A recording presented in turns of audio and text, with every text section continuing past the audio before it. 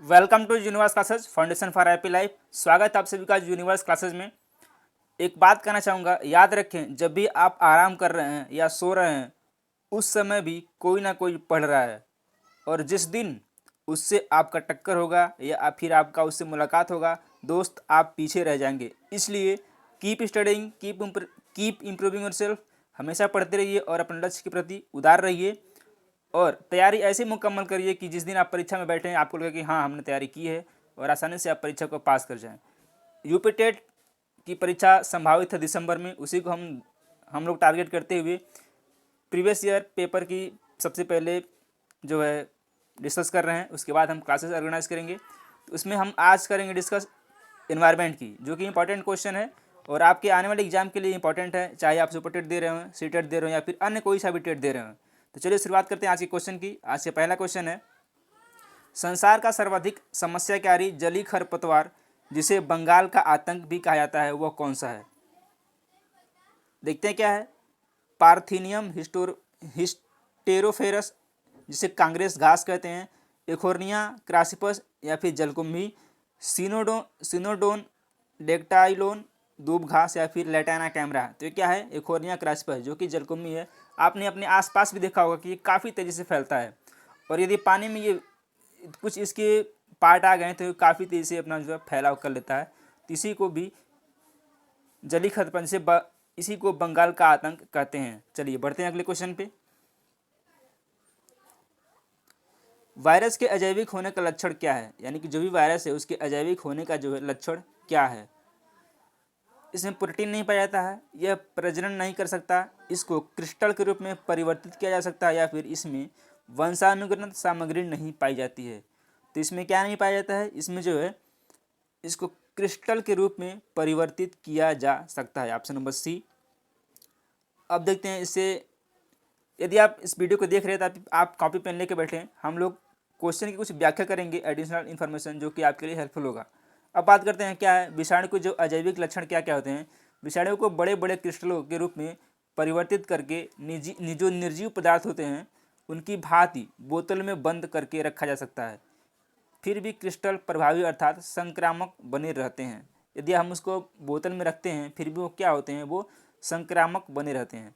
अब देखते हैं विषाणु के जो जैविक लक्षण हैं। वायरसों में माप, आकृति एवं संरचना के लक्षण निर्जीव वस्तुओं की भांति अनिश्चित न होकर सजीवों की भांति निश्चित एवं अस्थायी होते हैं तथा सजीव तंत्रों के संगठन में भाग लेने वाले विधिक पदार्थों में से ही दो प्रमुख पदार्थों के बने होते हैं।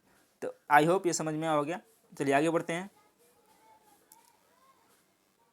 पादप हार्मोन जो फलों को पकाने में सहायता करता है क्या है? जिब्रेलिन, साइटोकाइनिन, इथाइलिन या फिर ऑक्सिन। तो क्या है इसमें? इसमें है इथाइलिन।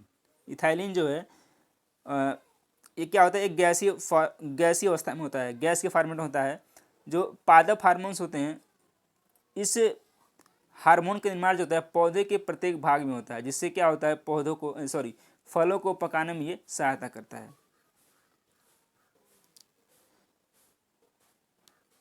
स्वतंत्र रूप से भूमि में रहने वाला अवायवीय जीवाणु जिसमें नाइट्रोजन स्थिरीकरण की क्षमता होती है वो कौन सा है? राइजोबियम, क्लास्ट्रिडियम, विब्रियो या फिर एजोवेक्टर। तो इसमें क्या है? ये है क्लास्ट्रिडियम। ऑप्शन नंबर बी बिल्कुल सही आंसर है।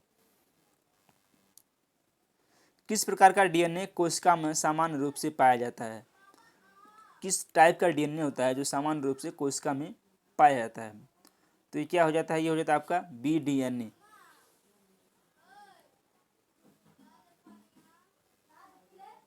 निम्न में से कौन अचल जीव का उदाहरण है? लीच, काइटेन, इनकस या फिर यूप्लेक्टेला। तो जो यूप्लेक्टेला है ये अचल जीव का उदाहरण है। प्रोटीन अणुओं की इकाई क्या है? वसा अम्ल, अमीनो अम्ल, विटामिन या फिर ग्लूकोज। तो ये जो है अमीनो अम्ल जो है प्रोटीन अणुओं की इकाई है। अगला क्वेश्चन, निम्न में से कौन सा अंगक पादप कोशिका में अनुपस्थित होता है? तो क्या अनुपस्थित होता है? लवक, रिक्तिकाएं, तारकाय या फिर सेलुलोज कोशिका भित्ति। तो इसमें जो होता है तारकाय जो है अब्सेंट होता है, अनुपस्थित होता है। मनुष्य के शरीर की सबसे बड़ी ग्रंथि कौन सी है? पीयूष ग्रंथि, अधोमुख ग्रंथि, यकृत या फिर अग्नाशय। तो जो लीवर होता है वो मनुष्य के शरीर की सबसे बड़ी ग्रंथि है। ऑप्शन नंबर सी। उत्तर प्रदेश का राज्य पक्षी कौन सा है? मोर, गौरैया, तोता या फिर सारस। तो क्या है? ये है आपका सारस या फिर इसको क्रेन बोलते हैं। अब बात करते हैं कुछ एडिशनल इन्फॉर्मेशन की। जो राजकीय पशु है क्या है? बारहसिंगा है। राजकीय पक्षी सारस या फिर क्रेन है। जो राजकीय वृक्ष है वो क्या है? अशोक है। और राजकीय पुष्प हमारा क्या है? प्लास है। प्लास या फिर इसको टेसु भी बोलते हैं। तो ये रहे कुछ एडिशनल इन्फॉर्मेशन। पूर्वा किस अधिवास में शामिल है? ग्रामीण, रेखीय, नगरीय या फिर अपखंडित। तो पूर्वा जो शामिल है वो शामिल है आपका ग्रामीण अधिवास में। नेक्स्ट क्वेश्चन, कौन सा ज्वालामुखी पर्वत है? यूराल, अपलेशियन, किलिमंजारो या फिर अरावली। तो जो ये किलिमंजारो है ये एक ज्वालामुखी पर्वत है। एलिफेंटा द्वीप अवस्थित है कहाँ पे है? गोवा तट पर, मुंबई तट पर, गंगा डेल्टा या फिर कच्छ तट पर। तो जो एलिफेंटा द्वीप है ये कहाँ पे है? ये जो है मुंबई तट पर अवस्थित है। और यह जो क्या एक लोकप्रिय पर्यटन स्थल है, ये घूमने की अच्छी जगह है। और जिसमें गुफा मंदिर, एलिफेंटा गुफा है जिसे चट्टानों से उकेरा गया है, यानी कि इसको चट्टानों से निर्मित किया गया है। इसके अंदर मंदिर जो स्थित है। मानसूनी वन पाए जाते हैं जहाँ वर्षा होती है।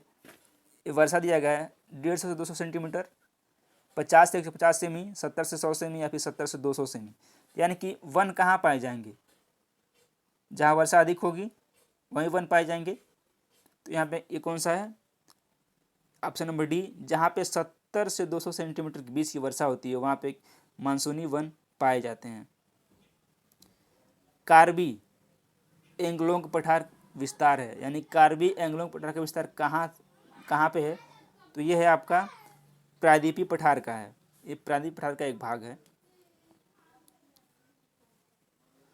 तो ये रहे ईबीएस के इंपॉर्टेंट क्वेश्चन। आई होप ये वीडियो आपको पसंद आएगा। वीडियो पसंद आए लाइक करें, चैनल को सब्सक्राइब करें, वीडियो को शेयर करें और जो भी सुझाव सजेशन हो आप कमेंट बॉक्स में कमेंट करें।